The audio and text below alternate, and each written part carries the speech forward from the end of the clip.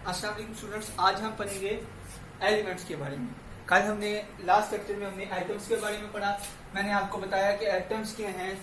Atoms जो है वो मैटर का स्मॉलेस्ट डिविजिबल पार्टिकल है, और हमने पढ़ा कि उनका स्ट्रक्चर क्या होता है कि उनके सेंटर में न्यूक्लियस पाया जाता है, और न्यूक्लियस के अंदर प्रोटॉन्स और न्यूट्रॉन्स होते हैं, और जो इलेक्ट्रॉन्स हैं वो शेल्स में न्यूक्लियस के बाहर रिवॉल्व करते हैं। फिर हमने पढ़ा कि जो है वो एटम्स जो हैं जब वो रिएक्शन करते हैं तो बेसिकली अब हम आज ये पढ़ेंगे उनके इलेक्ट्रॉन्स जो हैं वो या तो निकल जाते हैं उनके शेल से, या फिर वो गेन कर लेते हैं, या कभी कभी वो शेयर कर लेते हैं। अच्छा, तो अब हम पढ़ेंगे एलिमेंट के बारे में। सबसे पहले एलिमेंट क्या होता है कि एलिमेंट के अंदर सिमिलर टाइप्स ऑफ एटम होते हैं। एलिमेंट जो है वो बेसिकली ये आप कह सकते हैं कि ये मजमुआ है, या आप कह लीजिए मिक्सचर है of similar atoms, mixture of similar atoms. अब आपको याद हो रहना चाहिए कि ये जो सिमिलर एटम्स हैं, एक जैसे एटम्स, इनका एटॉमिक नंबर सेम रहता है, एटॉमिक मास डिफरेंट हो सकता है, यानी कि एक ही एटम के डिफरेंट आइसोटोप्स हो सकते हैं, लेकिन जो एटम है वो एक ही होगा। तो एलिमेंट बेसिकली क्या है, ये मिक्सचर ऑफ सिमिलर एटम्स है। अब मिसाल के तौर पर हम लेते हैं सोडियम को। हमें पता है कि इसमें जो इलेक्ट्रॉन्स हैं वो कितने हैं, 11। प्रोटॉन्स जो है वो भी कितने हैं, 11, और न्यूट्रॉन कितने हैं, वो भी हैं 11। अब हम अगर इस देखें इस एलिमेंट को सोडियम को, तो सोडियम में क्या है, सोडियम के एटम्स, और उन सोडियम के एटम्स में हर एटम में इलेक्ट्रॉन कितने हैं, 11, प्रोटॉन कितने हैं, 11, न्यूट्रॉन 11 हो सकते हैं। क्योंकि अगर आइसोटोप बदल जाएगा तो आपको पता है यहाँ पे सोडियम के जो न्यूट्रॉन के नंबर हैं ये भी बदल जाएंगे, लेकिन ये जो एटम्स हैं वो सोडियम के ही रहेंगे।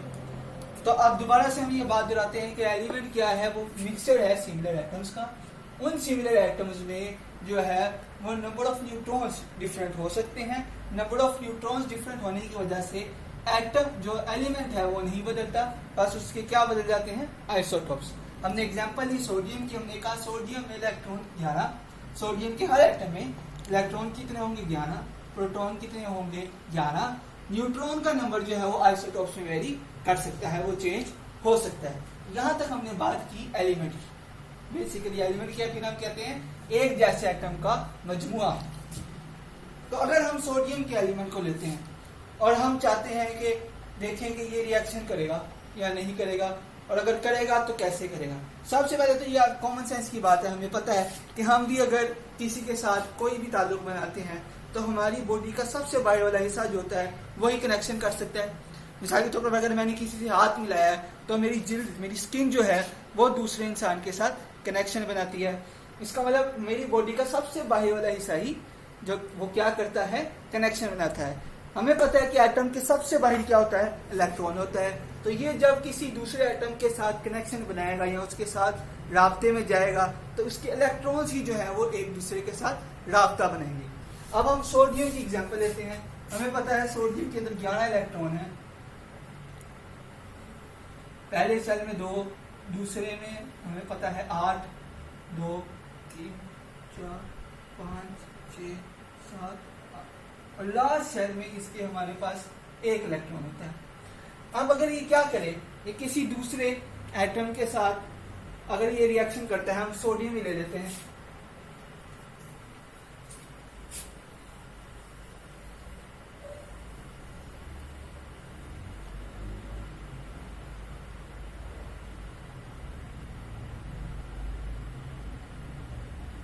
अब अगर आप देखें यहाँ पे, तो यहाँ पर सोडियम जो है वो क्या कर सकता है, अगर उसने रिएक्शन करना है किसी और एटम के साथ, हम सोडियम ले आए, तो आप अगर यहाँ पे देखें तो इसकी सबसे बाहर क्या है, इलेक्ट्रॉन्स हैं। तो जब ये एक दूसरे के साथ राब्ता बनाएंगे तो राब्ता किसके दरमियान बनेगा, इलेक्ट्रॉन्स के दरमियान। यहाँ तक बात आपको समझ आ गई।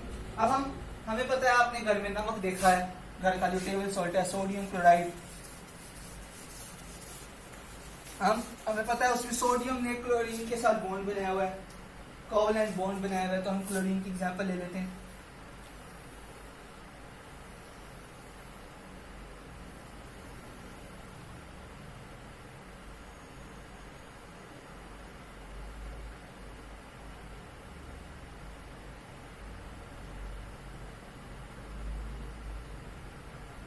अब हमें पता है कि यहाँ पर क्लोरीन के अंदर आप काउंट करेंगे तो 17 इलेक्ट्रॉन्स हैं और सोडियम के अंदर हमारे पास 11 इलेक्ट्रॉन है। हमें पता है कि यहाँ पर अगर क्लोरीन अपना ऑक्टेट पूरा कर लेता है तो वो स्टेबल हो जाएगा, और सोडियम अगर अपना एक इलेक्ट्रॉन दे देगा तो वो भी क्या होगा, उसके बाकी सारे सेल जो है पूरे हैं तो वो भी क्या हो जाएगा, स्टेबल हो जाएगा। ये लॉ ऑफ ऑक्टेव्स है कि जब भी कोई एटम अपना ऑक्टेव पूरा कर लेता है तो वो क्या हो जाता है, स्टेबल हो जाता है। और हम आप ये भी याद रखना है कि एटम्स रिएक्शन क्यों करते हैं, स्टेबल होने के लिए। स्टेबल होने इसका मतलब ये है कि देखिए, अगर आपके पास बहुत एनर्जी है, आप भागें तो आप थक जाते हैं और थकने के बाद आप क्या करते हैं, बैठ जाते हैं। इसी तरह एटम्स के अंदर भी बहुत ज्यादा एनर्जी है, जब वो एक्स्ट्रा एनर्जी रिलीज कर देंगे तो वो क्या हो जाएंगे, स्टेबल हो जाएंगे।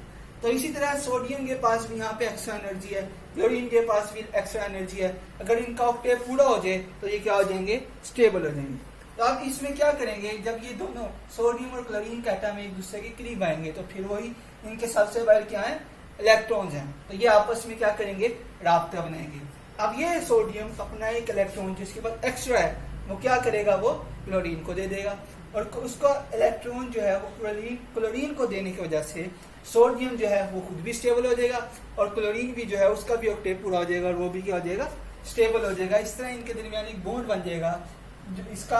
अब आप देखेंगे यहाँ पे इलेक्ट्रॉन जो है वो ट्रांसफर हो गया है, तो इस तरह के बॉन्ड को हम क्या कहते हैं, आयनिक बॉन्ड कहते हैं, क्योंकि इसमें ट्रांसफर ऑफ इलेक्ट्रॉन हो गया है।